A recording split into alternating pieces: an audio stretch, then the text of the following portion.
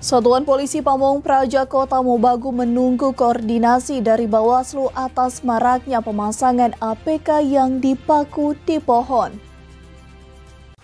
Maraknya pemasangan alat peraga kampanye dengan cara dipaku pada pohon pelindung disikapi Kepala Satuan Polisi Pamong Praja Kota Mobagu Sahaya Moko Ginta.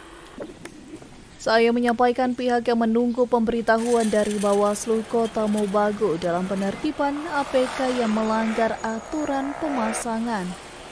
Sebelumnya Bawaslu telah berkoordinasi dengan Satpol PP Kota Mobagu untuk rencana penertiban APK yang telah lebih dulu terpasang sebelum masa kampanye, namun kegiatan tersebut ditunda.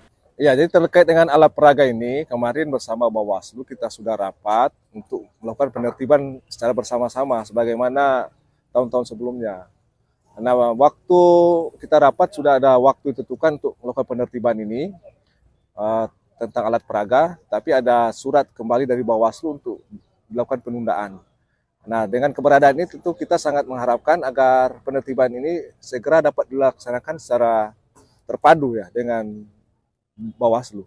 Bawaslu Kota Mobagu sendiri belum mengambil sikap atas maraknya APK yang terpasang pada pohon maupun fasilitas umum seperti pada tiang listrik maupun tiang telepon. Dari Kota Mobagu, Tim Liputan KA2 TV melaporkan.